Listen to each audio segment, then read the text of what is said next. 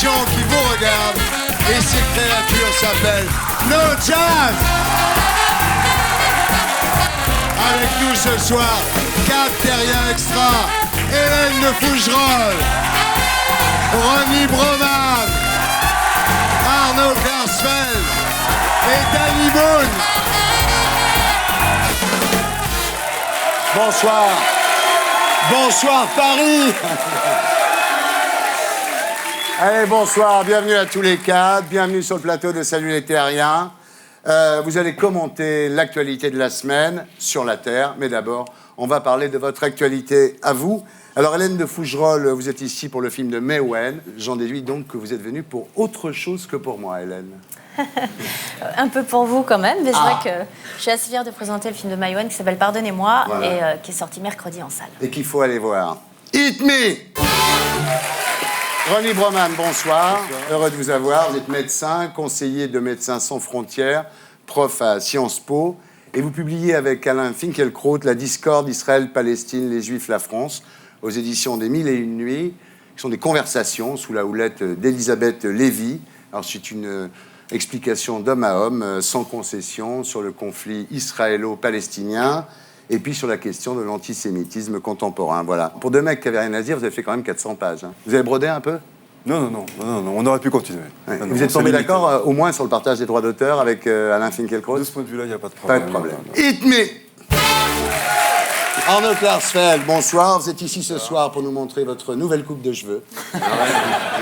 Et franchement, elle est magnifique, Arnaud. On vous félicite vraiment. Alors Arnaud, vous êtes avocat, vous faites des petits boulots pour Sarko aussi, hein, un rapport sur la délinquance des mineurs, sur la controverse sur les bienfaits ou non de la colonisation, la régularisation des sans-papiers, et puis un rapport aussi sur le numéro de portable de Carla Bruni. Vous voulez Hit me! On dirait De Funès quand il fait aide-moi. Je trouve. J'ai regardé l'émission la semaine dernière. Et je me dis pourquoi il dit aide-moi. Enfin, bon. Alors Dany, vous êtes ici ce soir pour le... Je suis ici ce soir, oui. Dany, vous êtes ici ce soir pour le DVD de votre spectacle Waïka, filmé à l'Olympia. Qu'est-ce que vous pourriez nous dire pour nous convaincre finalement d'acheter celui-ci plutôt que le DVD des Nuls, de Michael Youn ou le Jamel Comedy Club? Eh bien, déjà, il est en couleur et c'est plein de sketchs. Ouais, il faut aller en vacances dans le Nord-Pas-de-Calais. Il faut aider le Nord-Pas-de-Calais, je vous en supplie. Il faut aider ma région. Partez en vacances dans le Nord-Pas-de-Calais. Vous verrez, juillet, août, c'est génial, il n'y a personne. Même nous, on s'en va. On regarde à quoi ça ressemble. La Poste, mais rien que la pub de la Poste. Bougez avec la Poste. Ceux qui ont écrit cette pub, ils sont jamais allés à la Poste, hein. S'il y a bien un endroit sur Terre où ça bouge pas, c'est à la Poste.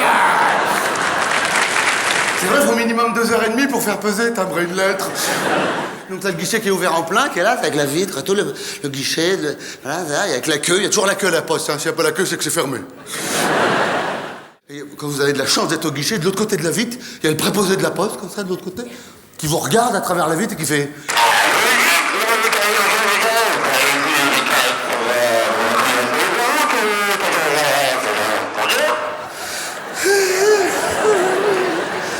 Oui, parce qu'ils ont des micros pour qu'on comprenne mieux. Il y a le retrait de recommandé. Ça, c'est une invention de vicieux, ça, le retrait de recommandé. Parce que quand on y réfléchit bien, à la Poste, le recommandé, il paye quelqu'un pour l'amener jusqu'à chez toi pendant les heures où tu travailles. Et comme t'es pas là, il rapporte avec.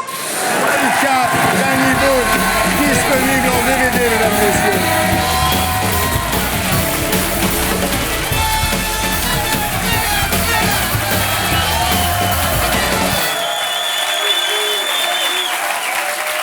Le triomphe absolu. Alors, on va maintenant commenter ensemble l'actualité de la semaine. Et on commence, c'est une tradition dans cette émission, par bonne nouvelle, mauvaise nouvelle. Alors, la cote d'impopularité de Jacques Chirac est à 63%. Bonne nouvelle, mauvaise nouvelle?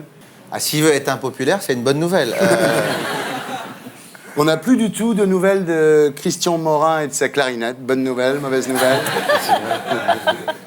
Mais il a avalé ou il s'est passé un truc? On ne sait pas où il est. On ne sait pas où il est. Ah, Mathilde Amet a un nouveau mec. Bonne nouvelle, mauvaise nouvelle? Mauvaise nouvelle, il était vachement sympa, l'ancien. Ah bon. Laurent Fabius ne sera jamais président de la République. Bonne nouvelle, mauvaise nouvelle? Moi, j'étais plutôt pour Ségolène, alors. Ah ouais, ah bon, d'accord, vous êtes content, vous, alors? Ah, tout va bien, alors. Et vous? Il n'est pas très crédible, je trouve. Ouais. Mais il est intelligent, mais il n'est Ouais. pas très crédible. Pas crédible, si, d'accord.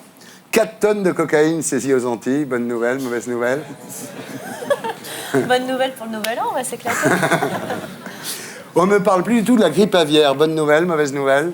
On va en reparler. On va en reparler. Ah, on bon. va en reparler. Ah oui, docteur, c'est vrai, alors. C'est grave? Bah oui, c'est saisonnier, donc on va en reparler. Ah oui, On quand il y a arrive les en hiver, oiseaux, bah oui, comme oui, dans la bien chanson de sûr. Michel Delpech. Bien sûr. Il n'y a plus de prostituées aux portes de Paris. Bonne nouvelle, mauvaise nouvelle? Elles sont où? C'est ça. Sans parler de Demis Rousseau, il ne reste plus que 4 poilus en France. Bonne nouvelle, mauvaise nouvelle? Non, c'est une mauvaise nouvelle. Ouais. C'est très, bah, c'est triste. ils ont plus de 100 ans maintenant. Bah oui. Le Pen veut supprimer l'impôt sur le revenu. Bonne nouvelle, mauvaise nouvelle? Ouais, il en dit des conneries. Ah ouais. Et les gens vont plus mourir.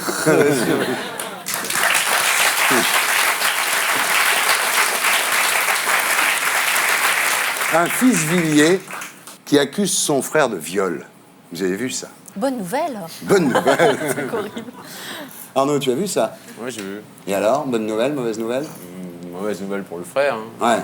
Mais C'était il y a 6 ans, remarque, il a eu le temps de se remettre. Ouais. ça montre que ceux qui donnent des leçons, trop de leçons de morale, finalement, au sein de leur propre famille, enfin, bon, c'est pas gentil de dire ça.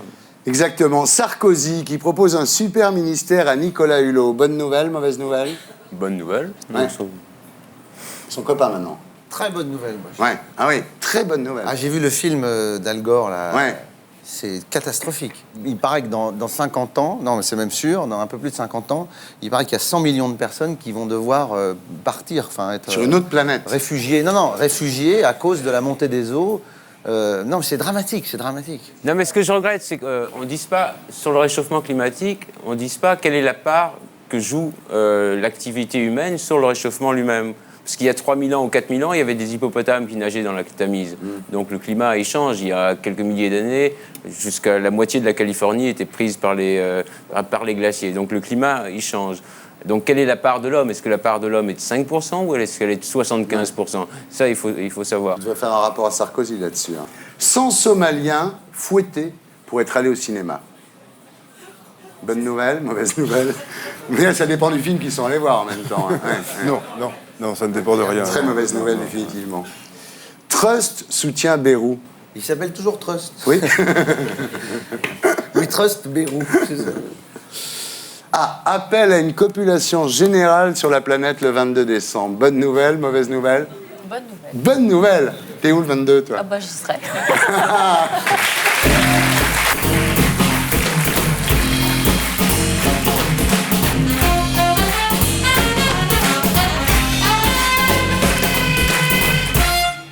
Alors, vous avez vu cette histoire d'espions assassinés par les services secrets soviétiques, qui évidemment démontent, mais c'est quand même incroyable, hein, c'est vraiment l'espion qui jette un froid. On regarde à quoi ça ressemble, on en parle après. Son nom à lui, c'est Bond, James Bond, espion au service de Sa Majesté. Lui, c'est Livitchenko, Alexandre Livitchenko, ancien agent secret russe réfugié en Angleterre. En allant voir le nouveau James Bond, vous aurez peut-être envie d'acheter un slip bleu ou de devenir agent secret. Pour le slip bleu, vous faites comme vous voulez, mais devenir agent secret, je ne vous conseille pas. Alors bien sûr, au cinéma, vous aurez vu James Bond faire 12 tonneaux sans une écorchure. Allez, hop, un petit dernier. Et ça s'arrête. Tandis qu'en vrai, il a suffi qu'Alexandre Livitchenko aille manger un sushi empoisonné dans ce restaurant japonais de Londres pour se retrouver entre la vie et la mort. Il a déjeuné avec Skaramala, un agent double ou triple qui était censé lui donner des infos sur les assassins de la journaliste russe Politkovskaya. Quelqu'un m'a demandé qui est responsable de la mort d'Anna. Je peux y répondre clairement, c'est Monsieur Poutine, président de la Fédération de Russie. Vous remarquerez que quand James Bond risque sa vie pour une femme, tout de suite, ça se passe dans une ambiance beaucoup plus glamour. Depuis son lit d'hôpital, Livitchenko accuse Poutine d'avoir organisé son assassinat. L'an dernier, déjà, on soupçonnait les services russes d'avoir organisé l'empoisonnement raté du président ukrainien. Attention car Poutine est un coriace. Lui-même ancien agent secret, champion d'arts martiaux, il semble en plus avoir, comme James Bond, le permis de tuer. C'est incroyable. Au moment où sort le film de James Bond, en plus, c'est absolument fou, quoi. C'est comme s'il y avait une grève du métro pour la sortie de Taxi 4. Il y a eu une grève de la Poste pour la sortie de mon DVD. Ah oui. Ah oui. Le jour de la sortie, grève de la Poste. Normal, ils se vengent. Ouais. Ben, j'ai l'impression. Oui, permis de tuer, je crois que c'est bien conclu. Ce petit document montre bien qu'à la tête d'un des plus grands pays du monde, il y a une espèce de brute mafieuse qui met la presse en coupe réglée, qui pille le pays, qui écrase la Tchétchénie. On a un problème. Ouais. Et pour des raisons de réel politique, on continue à discuter avec lui. On ne va pas déclarer la guerre à la Russie. De toute façon, c'est évident. Mais enfin, je pense qu'on ferait bien être un petit peu plus ferme, pas seulement vis-à-vis de l'Iran, on a raison aussi, mais également vis-à-vis de la Russie. Et qu'est-ce qu'on pourrait faire ? Par exemple, des réprobations publiques, par exemple, ne pas serrer la main à tout bout de champ, ne pas réserver tous les honneurs que l'on réserve à Poutine, parce qu'il y a des choses graves qui se passent dans ce pays et que ça nous concerne. C'est un dictateur, en fait. Là. C'est ça le problème, c'est que après les soviétiques, ça continue. Enfin, ça continue à être l'horreur. Alors c'était un peu desserré quand même à l'époque de Yeltsin et de Gorbatchev. Là, on a l'impression effectivement d'une reglaciation du régime russe. Est-ce qu'il y a une fatalité finalement ? Est-ce que c'est dans la continuité des tsars et de Staline ? Je ne pense pas qu'il y ait de fatalité de la dictature, qu'il y ait de fatalité de la violence, qu'il y ait de fatalité de la misère, comme ça. Non, simplement, il est évident que la solution du problème de la dictature russe, comme disait à juste titre Danny Boone, c'est d'abord les Russes qui la détiennent dans leurs mains, dans leurs bulletins de vote, dans leurs actions quotidiennes. Nous, de l'extérieur, on peut peut-être encourager les démocrates, mais la démocratie, c'est eux qui la construiront. Mais ces Russes, ils n'ont jamais connu la démocratie, donc finalement, ça se c'est construit, difficile effectivement. pour eux. C'est vrai que ça se construit dans la longue durée, la démocratie, bien sûr. L'Irak nous le rappelle aussi. Enfin, il y a une amélioration quand même par rapport au temps soviétique, où des dizaines de millions de personnes étaient envoyées mourir de l'autre côté du pays ou exterminées. Bon, il y a quand même une amélioration. C'est évident quand même. Avant la pub, les 5 rumeurs de la semaine. Dieudonné et Marine Le Pen auraient été aperçus ensemble à la sortie d'un restaurant. Claude Lelouch aurait même raté son dernier film de vacances avec sa femme. Michael Youn obligé de montrer son cul à l'entrée des boîtes de nuit pour pouvoir être reconnu. Pascal Sevran dort dans une housse de couette UMP. Saddam Hussein aurait commandé un rôti de porc pour son dernier dîner. Tant qu'elle est à l'enfer.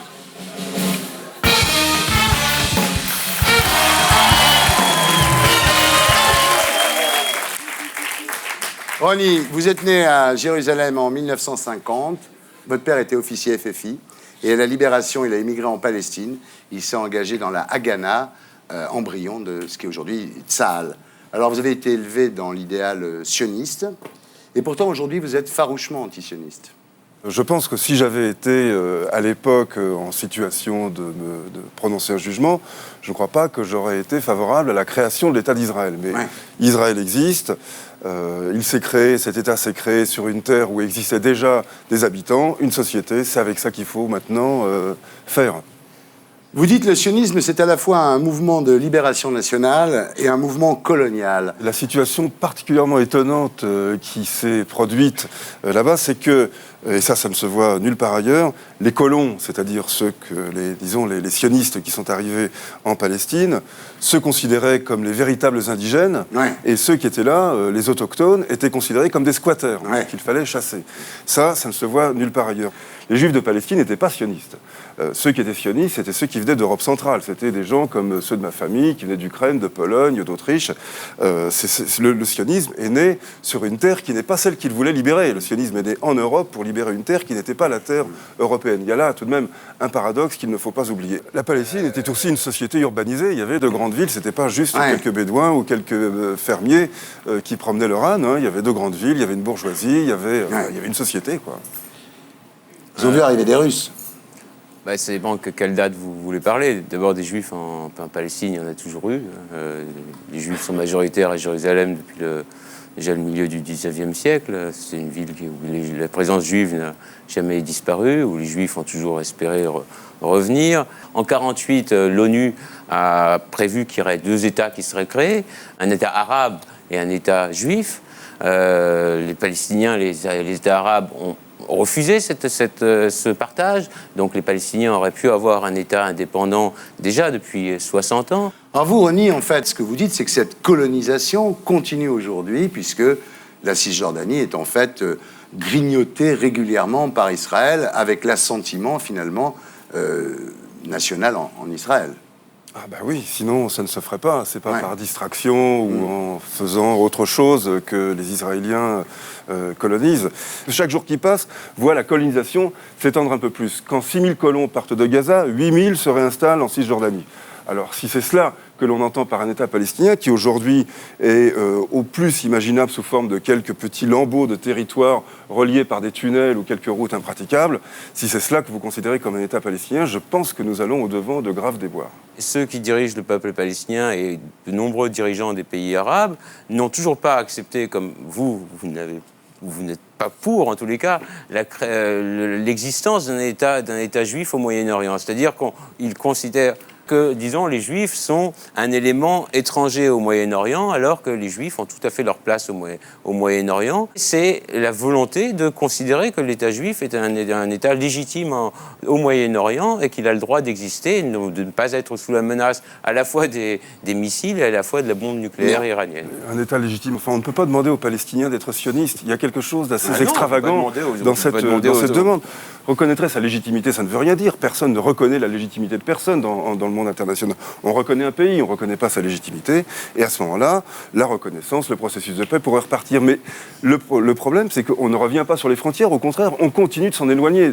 Dans 2 ans, la banlieue de Jérusalem s'arrêtera sur la mer Morte. C'est pratiquement dans les plans qui sont aujourd'hui en vigueur. C'est le trajet entre Jérusalem et la mer Morte. Vous allez voir, l'extension de Jérusalem, toujours plus à l'intérieur de la Cisjordanie, va bientôt amener les faubourgs de Jérusalem sur les bords de la mer Morte. C'est absolument extravagant. Rony, si Israël, dites-vous, est une colonie, on peut imaginer, malheureusement, une décolonisation. C'est-à-dire que Boutros Ghali, par exemple, dit qu'Israël au Moyen-Orient, c'est comme la France en Algérie, que ça aura une fin. Non, ça je crois qu'effectivement, et là, sur ce point-là, je rejoins ce que disait Arnaud Klarsfeld, la présence juive en Palestine est millénaire. Il y a une véritable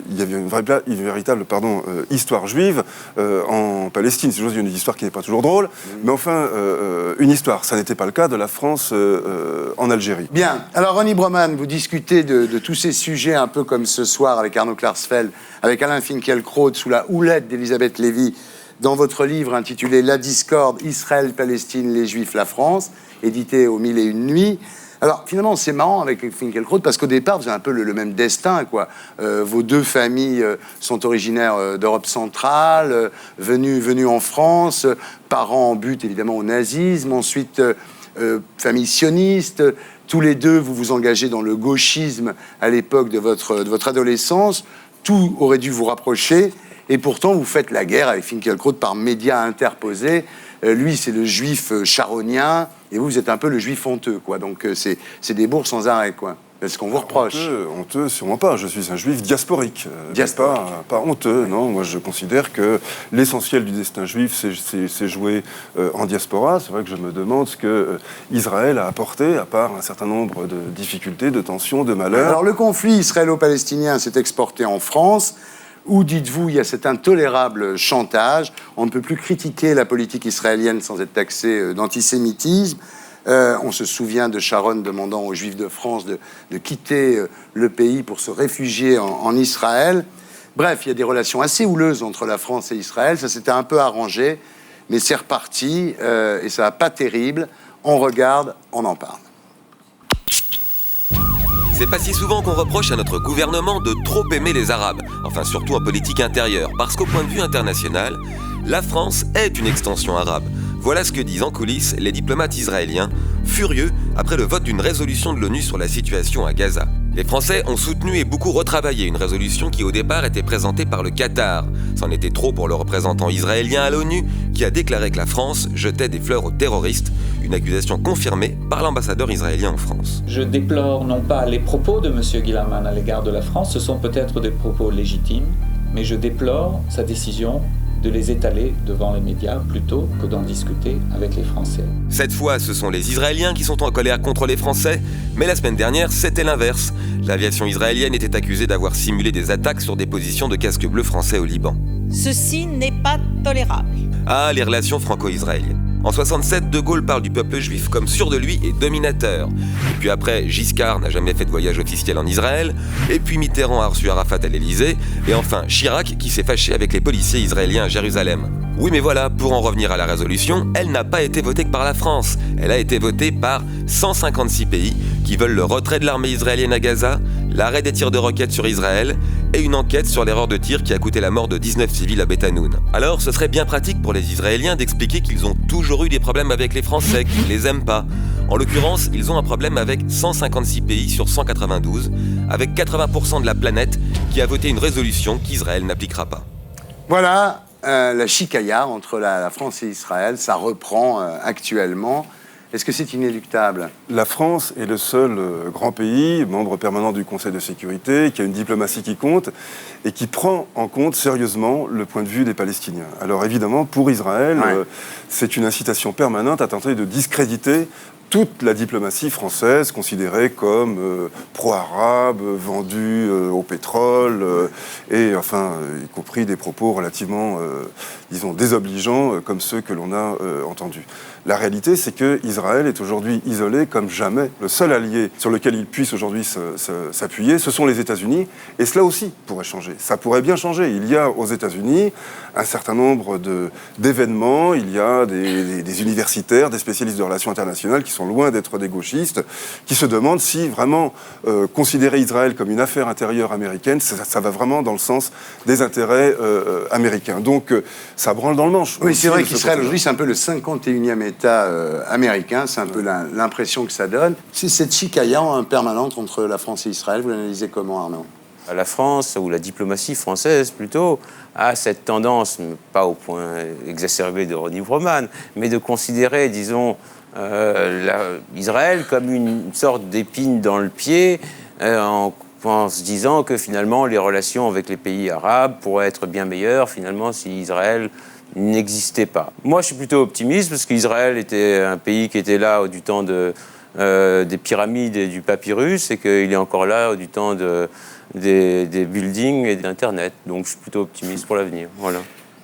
Alors, pour vous, Ronnie, cette solidarité avec Israël de la part des institutions communautaires juives est une provocation. Vous dites chaque année, quand il y a le dîner du CRIF et qu'on voit tous les ministres français aller se prosterner là-bas, c'est une provocation pour les pays arabes et pour la communauté musulmane en France. La semaine dernière, encore, à la suite des incidents que vous avez montrés entre les forces françaises de la FINUL et les Israéliens, Douste Blazy, notre ministre des Affaires étrangères, a cru bon de téléphoner à M. Kuckerman, le président du CRIF, cette institution qui accueille donc qui organise ce dîner annuel, et de s'expliquer avec lui, non pas avec l'ambassadeur d'Israël, ce qui serait là tout à fait normal, ça fait partie des choses qui se font, mais avec le représentant d'une communauté.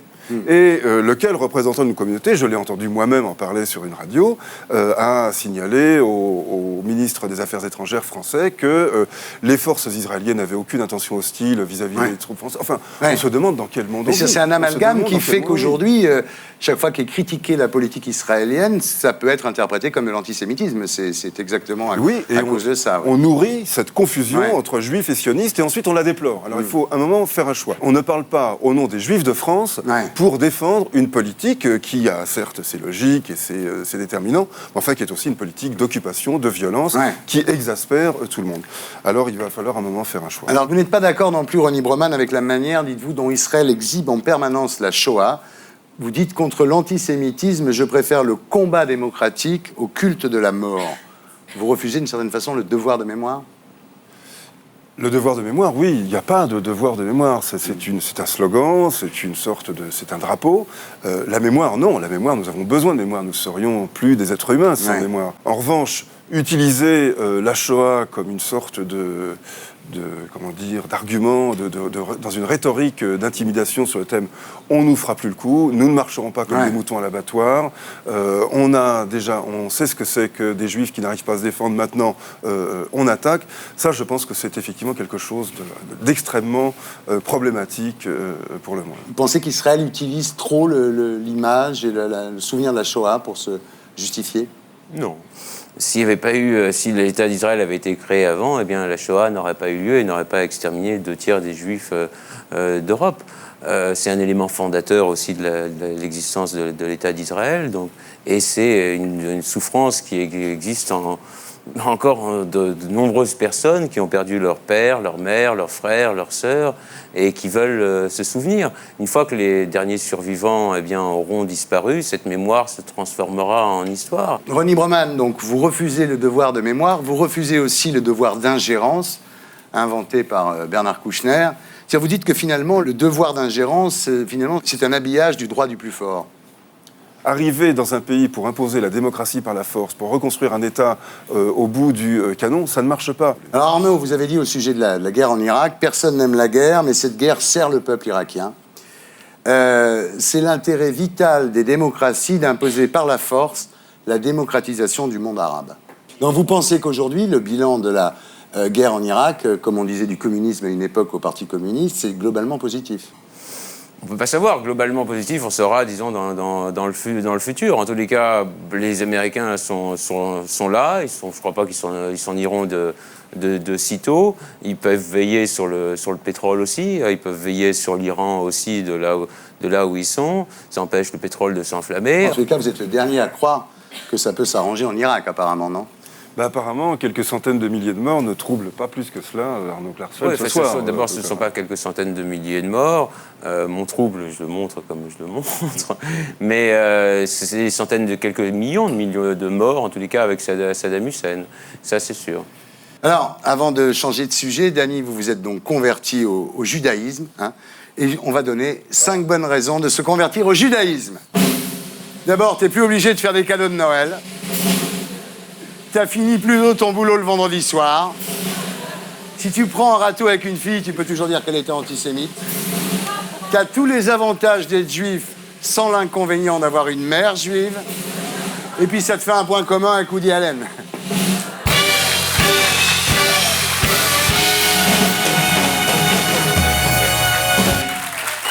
Je suis fils de Kabyle. Oui.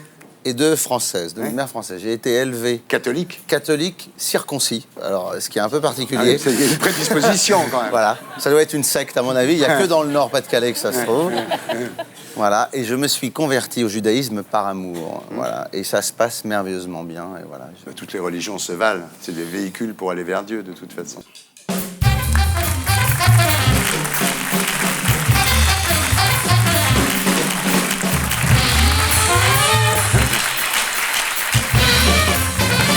On passe à la sortie du film Borat.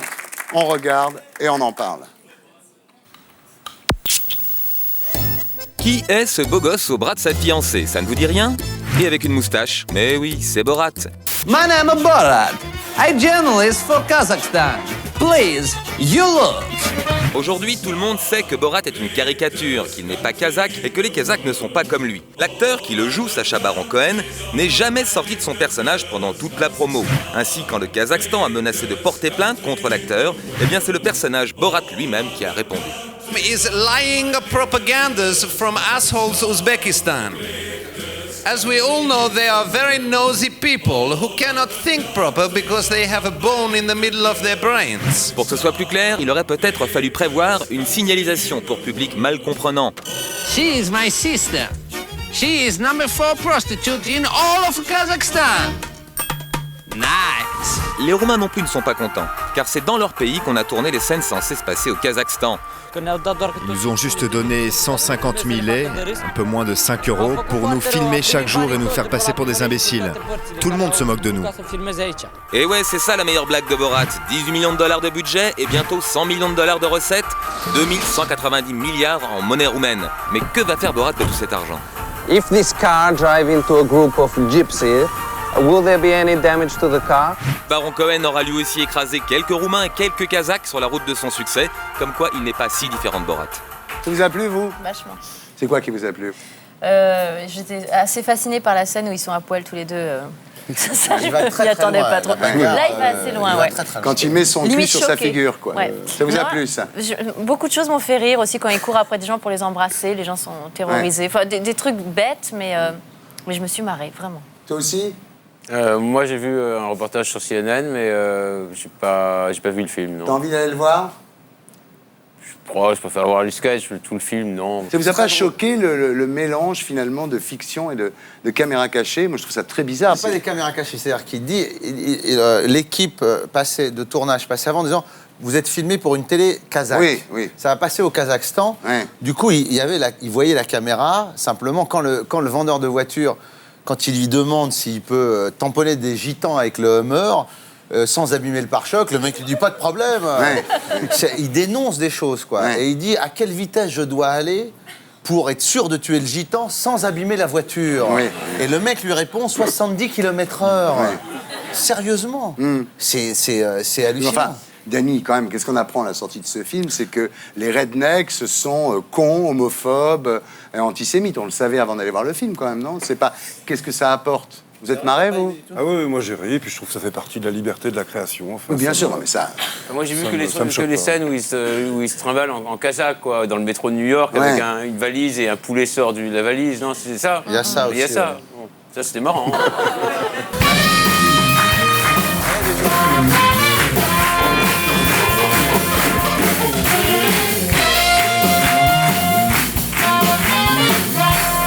J'accueille Stéphane Guillon. Comment ça va?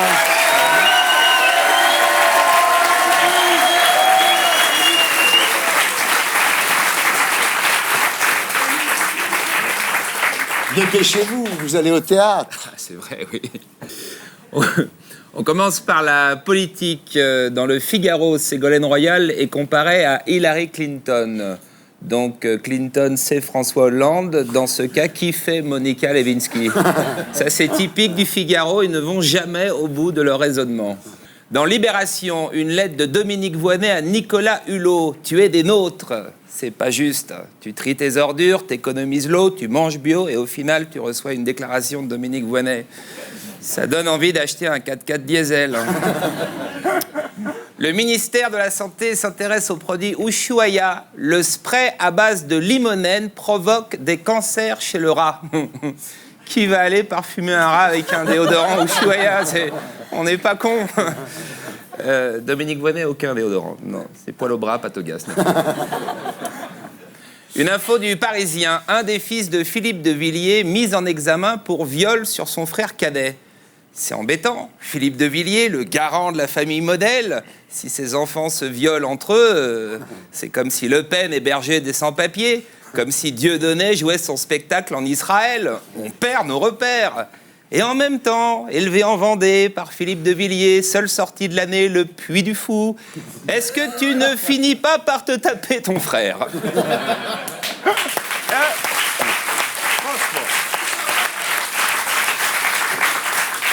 Politique internationale, une exposition sur les droits de l'homme à Pékin, en Chine. Sujet à éviter, Tiananmen, la torture et il y a aussi la peine de mort. 3500 fusillés par an. 3500, c'est pas grand-chose, hein. Ça fait 1/10 du Parc des Princes, à peine. Disons le virage nord, on n'a qu'à supprimer les plus cons. Un remake de Flipper le dauphin. Flipper et Poutine. Poutine zigouille des journalistes, torture des Tchétchènes et Flipper s'en branle. Après les dauphins, les poissons-lunes. Evelyne Thomas a été frappée par son mari Christophe. Oui, c'est son choix de lui en mettre une. Prudence, quand même, le botox plus des beignes. Elle va bientôt ressembler à Gianni dans Mary Stuart. Ah non, je passe. Société, inauguration d'une stèle pour les victimes du Concorde. Le 25 juillet 2000, 113 retraités allemands partent pour les Caraïbes. Une arrivée inattendue à Gonesse, un hôtel miteux, des valises éventrées, pas de clim, une température de 300 degrés. La femme de chambre absente, soi-disant écrasée par un réacteur. Manifestation devant le siège des surgelés Picard. S'ils se mettent en grève, attention. Plus de surgelés, ça veut dire plus de place dans le congélateur des ménagères. Et avec toutes les naissances à venir, bon. Une info Paris Match, les femmes ont pris le pouvoir. Sans doute, mais il n'y en a pas une qui est baisable. Hein, Thierry? Il y en a. Peut-être la grande à gauche, non? Télévision, les papis flics en fin de course. Faut pas exagérer. Hein. Navarro perd sa prostate, a fait 45% de part de marché. Merci, c'est gentil. Oui, porno à la télé. Le CSA interdit les films X sans capote. Ils sont pas rock au CSA. Hein. On peut déjà plus boire, plus fumer. Prendre une fille à moitié bourrée, clope au bec, ça a son charme. Dans VSD, des photos très dures d'Américains mutilés. Et un Français, vous reconnaissez les béquilles, ce sont celles de Michel Drucker. Bah oui, j'y peux rien. Pendant 4 pages, Olga, sa chienne, témoigne. Mon maître est un grand angoissé.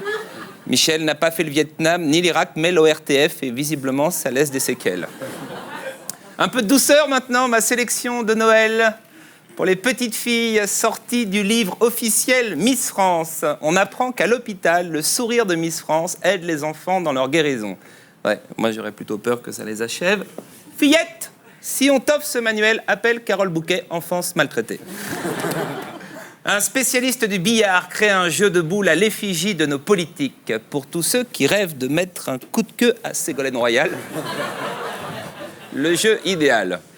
Jouez toujours pour les déguisements de monstres, choisissez Hulk, Capitaine Crochet ou Dark Vador. Le Pen, Dieudonné et Georges Frêche, c'est de très mauvais goût. Enfin, Barbie sort son coffret Mamie. Le problème, c'est son prix. Mais bon, avec, vous avez 10 sacs de pièces jaunes, le château de Bitty et un compte au Japon. C'est pas mal. À la semaine prochaine. Merci beaucoup. Merci.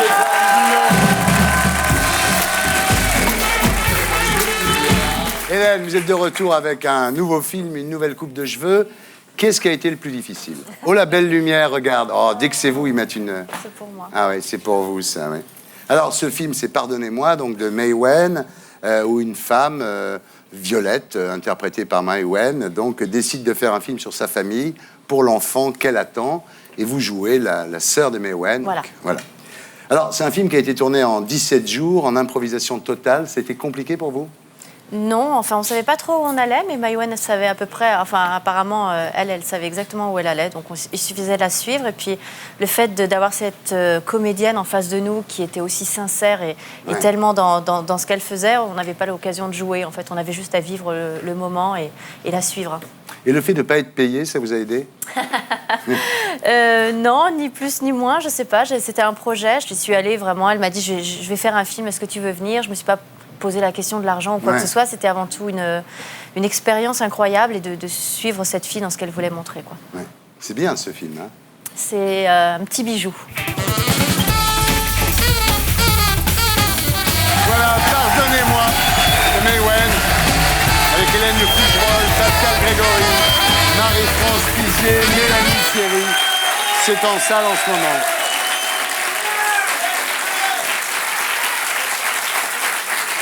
Alors, vous êtes très jolie en ce moment, encore plus jolie que d'habitude. Est-ce que c'est l'élixir de turquoise ou le pépin de pamplemousse? Peut-être l'amour un petit peu, hein? Ah! Ça joue? Ouais. Vous êtes très épanouie. On a dîné. Alors, vous êtes une vraie trentenaire, on va faire un top 10 des signes qui font dire que vous avez 30 ans, d'accord? Vous adorez manger du Nutella à la petite cuillère quand vous avez un coup de déprime. Vous passez votre samedi après-midi au sauna avec des copines avant d'aller manger des macarons de la durée. Vous roulez en smart, c'est trop cool, tu vois, on peut se garer n'importe où. Je suis à vélo. Vous avez un vibro et vous l'assumez carrément. Vous trouvez très bien que les mecs se féminisent un peu, mais enfin, il faut quand même que ce soit des vrais mecs. Vous la trouvez vraiment cool, Charlotte Gainsbourg. Vous aimez parler fellation avec vos copines en écoutant ABBA en boucle. Vous trouvez normal de sucer votre mec s'il assure un cunilingus. Vous trouvez que Delanoë fait un super travail à Paris. La politique vous emmerde, mais en même temps, voter, c'est important. Tu vois.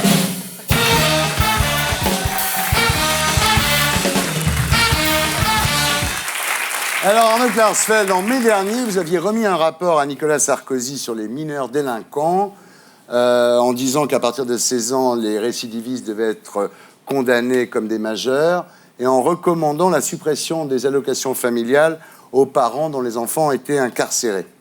Alors, le rapport faisait 7 pages, vous n'êtes pas foulé, remarquez. Mais... Ça dépend si c'est écrit petit ou gros. Ça Ouais. faisait, bon, enfin, si c'est écrit bien, ça nous fait 15 pages. Moi, 15 j'ai écrit tout pages. petit. Allez, 15 pages. En tout cas, c'est un gros débat en France cette semaine. La loi de prévention de la délinquance. Les mineurs deviennent effectivement un problème majeur. Il faut dire qu'en 10 ans, la délinquance des mineurs a augmenté de 50% en France. On regarde et on en parle. Sécurité est l'un des 3 mots les plus employés par Sarkozy dans ses discours. C'est d'ailleurs la 6e loi sur la sécurité que le ministre présente à l'Assemblée. Pour instaurer une sécurité optimum, il y a 2 méthodes. Premièrement, la répression, dite méthode dure, que vous avez pas mal vue à la télé ces derniers temps. Deuxièmement, la prévention, dite méthode douce, qui est au centre de la nouvelle loi Sarkozy. Avec la prévention, fini les coups de matraque, on va pouvoir repérer le délinquant avant qu'il ne passe à l'acte. L'idéal serait de pouvoir identifier clairement les gènes de la délinquance pour un traitement à la racine, mais en attendant, voilà ce que propose le ministre. Quand la maîtresse repère un élève trop souvent absent, elle fait une fiche. Quand la psychologue repère un comportement anormal, elle fait une fiche. Quand l'assistante sociale découvre un problème familial, elle fait une fiche. Et qu'est-ce qu'on fait de toutes ces fiches? Mais non, on ne les envoie pas au ministre, on les adresse au maire de sa commune. Il faut donc donner au maire la possibilité de centraliser toutes les informations disponibles concernant l'obligation scolaire des enfants de la commune en provenance de la CAF ou de l'éducation nationale. Avec 36 000 mairies en France, c'est l'ensemble du territoire qui sera quadrillé. Et chaque maire pourra bien sûr prendre des sanctions contre ceux qui accumulent trop de fiches défavorables. Par exemple, la mise sous tutelle des allocations. À gauche, on n'aime pas trop. Les maires sont là pour faire de la prévention, ils n'ont pas de la répression, ils n'ont pas à remplacer les magistrats ou les policiers. La loi Sarkozy, en effet, ce n'est pas que de la prévention. Par exemple, elle permettra de juger les mineurs en comparution immédiate pour les remettre au plus vite dans le droit chemin. Bien sûr, tout ce que je vous raconte ne devrait inquiéter que les fameux individus à risque. Mais qui sont ces individus à risque ? Sachez qu'il existe déjà un fichier central de la police, recensant plus de 20 millions de personnes impliquées d'une manière ou d'une autre dans une infraction. Il s'appelle le STIC. En 2004, 26% des fiches étaient fausses. Alors, êtes-vous sûr de ne pas être un individu à risque ? Voilà, alors il faut dire que Sarkozy n'aime pas beaucoup les mineurs parce que pour lui, ils sont déjà souvent trop grands. Ouais.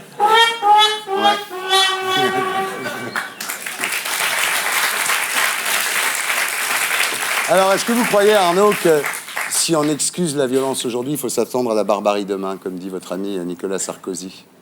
Ce que je sais en tous les cas, c'est que la délinquance des mineurs, elle a doublé. Mais c'est pas doubler fumer un joint ou doubler piquer des mars dans un supermarché. C'est pas cette délinquance dont il s'agit, c'est la délinquance violente contre des personnes qui sont des personnes vulnérables. 80% des victimes des mineurs délinquants sont d'autres mineurs, c'est-à-dire ils se mettent à 5-6 dessus, sur une personne, ils tapent, ou sur une femme enceinte, ou sur un vieux, ils tapent et ils prennent le portable, ou ils prennent le sac et tout ça. Donc, chacun a le droit à sa chance. On peut être embarqué ou contre son gré, ou alors un peu imprudemment dans une bande qui te frappe. Mais au bout de 2-3 fois, eh bien, il est normal que quand la justice a donné une fois sa chance aux gens, que si les gens sont violents, c'est pas pour les vols, mais si les gens qui sont violents, eh bien, soient jugés comme des majeurs. Je crois que les gens comprennent très bien cela. Ils sont tout à fait d'accord pour cela. Et je crois que ce serait une bonne chose que cela soit fait. Ça, c'est pour freiner la délinquance. Parce que pour la faire baisser significativement, c'est très tôt qu'il faut s'atteler. C'est-à-dire, c'est dès l'école, d'abord établir de la discipline à l'école. C'est pas ne pas être insolent. Être insolent, on a le droit d'être insolent. J'ai toujours été insolent. Il faut remettre en cause ce que les professeurs disent, ce que mon père m'a enseigné toujours, de remettre en cause l'enseignement des professeurs, mais ne pas, disons, pouvoir menacer le professeur pour qu'il mette des bonnes notes. Et proposer que les gens qui sont absents, c'est pas une absence, hein, c'est pas genre on va au café pendant le cours d'éducation physique, c'est quelqu'un qui vient pas du tout en cours pendant 1 semaine, 2 semaines. Donc un jeune de 14 ans qui vient pas du tout en cours en 2 semaines, bon, c'est évident qu'il va pas au musée nécessairement. Quoi. Bon. Vous êtes d'accord avec ça, Ronnie Broman ? Dans tous les pays dans lesquels les écarts se creusent, la violence augmente. Ce n'est pas la misère en elle-même qui provoque la violence, c'est l'écart entre la misère et la richesse. Hélène, vous êtes pour... Je me dis qu'à 16 ans, on est quand même un peu responsable, un peu plus... Voilà, donc oui, peut-être, comme il dit, si ce sont des récidivistes violents, peut-être qu'à un moment, il faut faire quelque chose. Maintenant, ce que j'ai vu, c'est un peu de la délation. Je ne sais pas, je trouve que c'est... En même temps, où est la marge de manœuvre là-dedans ? C'est un peu compliqué, ça. La société de surveillance qu'on semble nous promettre, là, elle fait effectivement un peu peur. C'est vrai que moi aussi, ça m'a frappé. On a vu qu'en Angleterre, sous Tony Blair, il y a 14 millions de caméras qui ont été installées. Je crois que chaque Britannique est filmé à peu près 300 fois par jour. Bon, on se demande sur le plan de la sécurité ce que ça peut apporter, être filmé 300 300 fois par jour. Ça leur a permis de retrouver les terroristes dans le métro, en tous les cas. Oui, ça m'a servi à ça. Dany ? Oui, moi je suis pour être très sévère avec ces délinquants, très très sévère, parce que, pour une simple et bonne raison, c'est que c'est une minorité qui fait que les gens font des amalgames avec les gens qui vivent en banlieue et qui sont pas violents, qui ont envie de s'en sortir, et qui seront tout de suite amalgamés. Et puis, dans l'intérêt des autres, il faut être sévère avec... Dans l'intérêt de ceux qui sont dans les quartiers pauvres et qui ont envie de s'en sortir, il faut être très sévère avec ceux qui foutent la merde. Voilà. Dany a raison, parce que 5% d'une classe d'âge est responsable de plus de 80% des délits violents. Donc c'est quand même une minorité qui empoisonne la vie des autres. Alors on parle beaucoup de Sarkozy en ce moment, on en parle toute la journée. Alors on va voir si vous êtes au courant. Sarkozy. On va voir si vous êtes au courant. On va faire un quiz. Sarko a dit. Alors vous allez me dire s'il l'a dit ou pas dit. Je ne suis candidat à rien. Il l'a dit, oui. Ouais. Je ne suis candidat à rien, mais j'aurai tout, vous verrez. Ah non, il n'a pas dit ça. Il l'a pas dit. Cécilia, j'ai pris 2 cm ce mois-ci. Dit ou pas dit? On va vous débarrasser de cette racaille. Oui, non? Oui, il a dit ça. Faites pas chier, parce qu'il y a mieux que le Karcher, il y a le lance-flamme. Au sujet de Cécilia, l'épreuve, c'est l'absence, pas la blessure de vanité. Il l'a dit ou pas dit? Ouais, un peu bourré de ça, dans l'oreille d'un copain. Il l'a dit. Il l'a dit.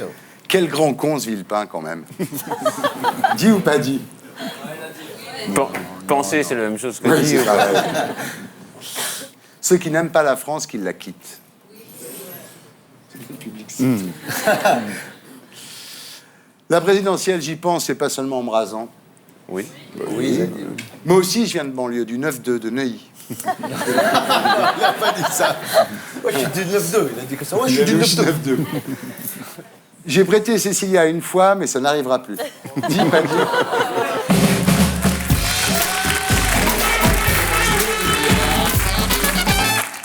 Voilà, c'était Salut les terriens. Alors, je vous recommande ce livre-là, qui est le livre vendu au profit de Reporters sans frontières. Il faut l'acheter parce que pour Reporters sans frontières, c'est l'une de leurs seules sources de revenus et ça leur permet de défendre les journalistes sur toute la planète. Voilà, donc achetez-le, c'est des photos de stars chez Arthur. Voilà. Merci à tous, Hélène. Merci, Hélène de Fougerolles, pardonnez-moi. Ronnie, la Discorde, avec Alain Finkielkraut, c'est aux 1001 nuits. Arnaud, merci. Bientôt les petits boulots pour Sarkozy, en tous les cas, on vous le souhaite. Dany Waïka en DVD. Maintenant, place à mes amis de Groland. C'était Salut les terriens. Rendez-vous la semaine prochaine.